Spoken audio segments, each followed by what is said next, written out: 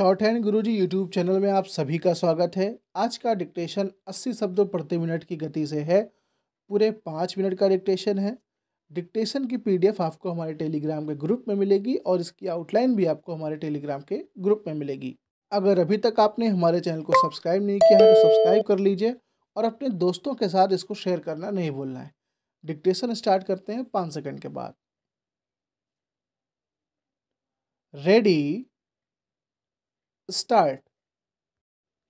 विभिन्न दलों के राजनीतिक नेताओं में जब विचारों की रस्साकशी होती है तो छोटे स्तर की पार्टियों के बीच भी तनाव देखने को मिलता है। जमीन से जुड़े कार्यकर्ता अपनी पार्टी के प्रति सचेत व गंभीर रहते हैं तथा यह तनाव की स्थिति कभी कभी हिंसा का रूप भी धारण कर लेती है और इस तरह के हिंसक उदाहरण हमें देखने को भी मिले हैं।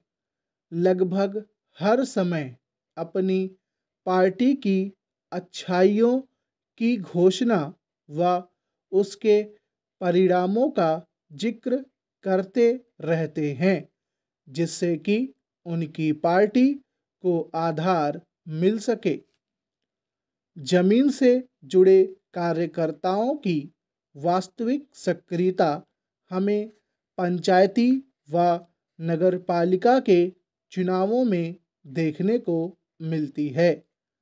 जमीनी कार्यकर्ता अपनी पार्टी का अपने अपने क्षेत्र में वर्चस्व रखने के लिए दिन रात एक कर देते हैं।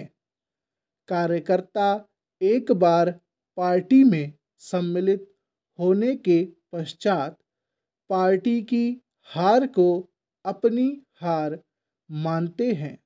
दूसरे शब्दों में इसे सम्मान का प्रश्न भी कहा जाता है। जमीनी कार्यकर्ता चुनावी दिनों में अपने आधार पर वोटों की खरीद फरोख्त व जोड़ तोड़ करने में कोई कसर नहीं छोड़ते। सभी क्षेत्रों में संस्थाओं व कार्यालयों के होने के कारण क्षेत्र विभिन्न पार्टियों में बंटे दिखाई देते हैं। जमीन से जुड़े कार्यकर्ताओं का नेता जिस कुर्सी पर बैठता है वह उनकी लगन व परिश्रम का परिणाम होता है।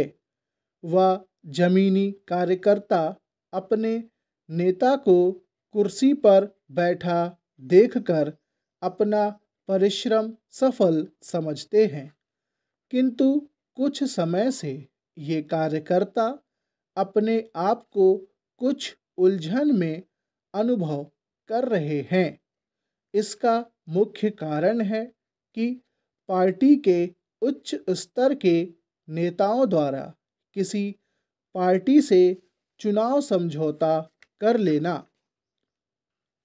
महोदय, इस तरह की गतिविधियों से जमीन से जुड़े कार्यकर्ताओं में धर्म संकट जैसी स्थिति उत्पन्न हो जाती है। इनके लिए सही विचारधारा का चुनाव करना अत्यंत जटिल हो जाता है। अनेक नेता अगर किसी दूसरी पार्टी से समझौता कर लेते हैं तो उनके लिए एक खालीपन आ जाता है। इसका उदाहरण हम पिछले दिनों हुए कांग्रेस का बहुजन समाज पार्टी से हुए गठबंधन से ले सकते हैं। इस गठबंधन के साथ उत्तर प्रदेश में चुनाव लड़ा गया।